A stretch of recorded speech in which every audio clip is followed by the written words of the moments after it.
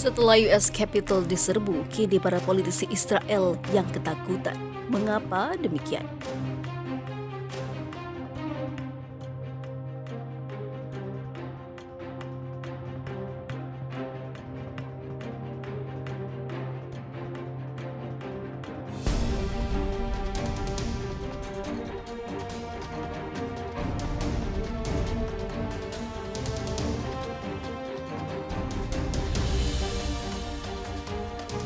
Setelah gedung US Capitol diserbu para pendukung Presiden Amerika Serikat Donald Trump, kini Israel merasa ketakutan.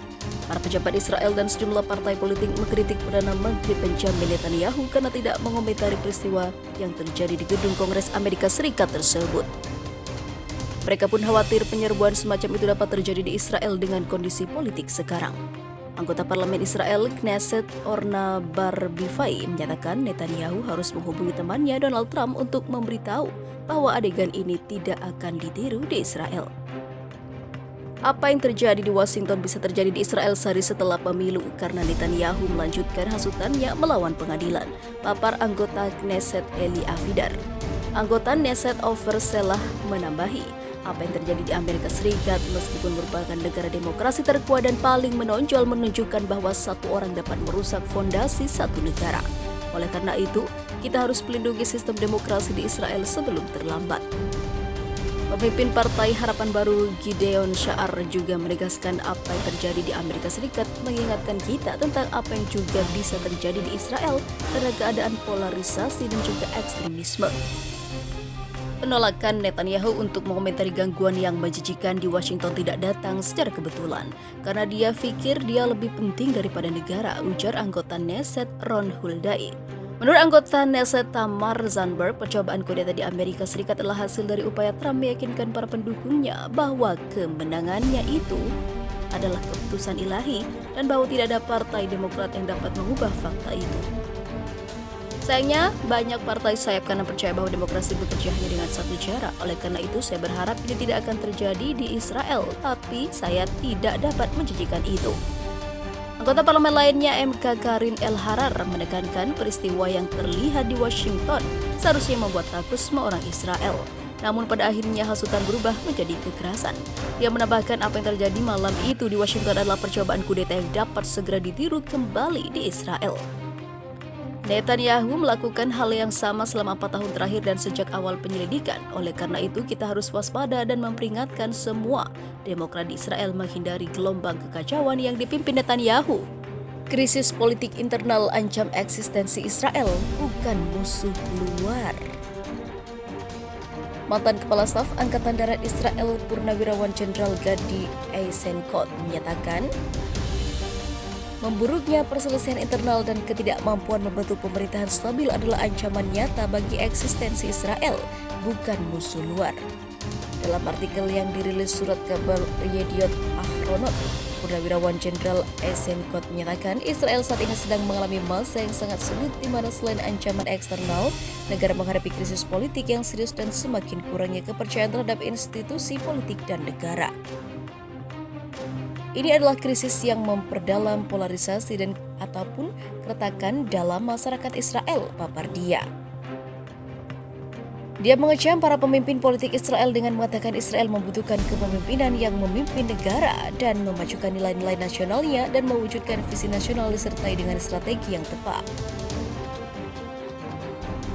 Dia mengingatkan selain krisis COVID-19, krisis ekonomi dan sosial, tantangan keamanan yang belum hilang, yakni konflik dengan Palestina, dan upaya Iran menghegemoni kawasan dan juga akuisisi senjata nuklir.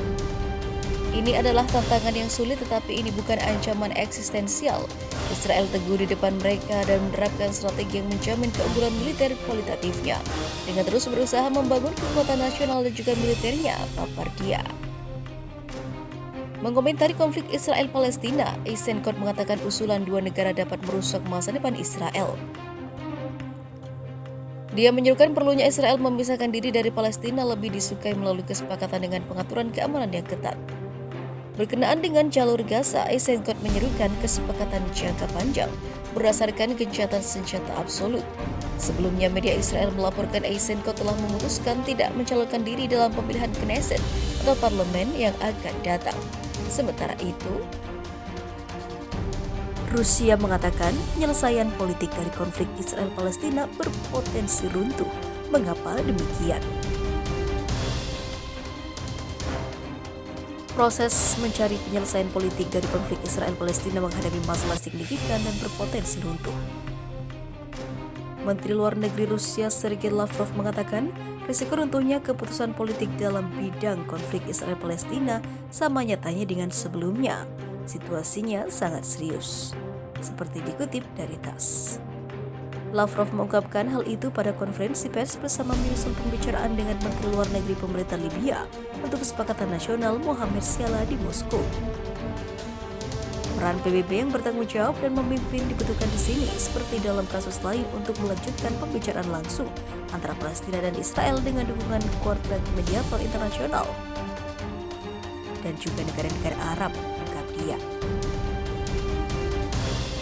Lavrov menekankan Rusia mengharapkan langkah aktif dan juga bertanggung jawab langkah-langkah inisiatif dari utusan PBB untuk perdamaian Timur Tengah dan juga tentu saja Sekretaris Jenderal PBB itu sendiri, ungkapnya.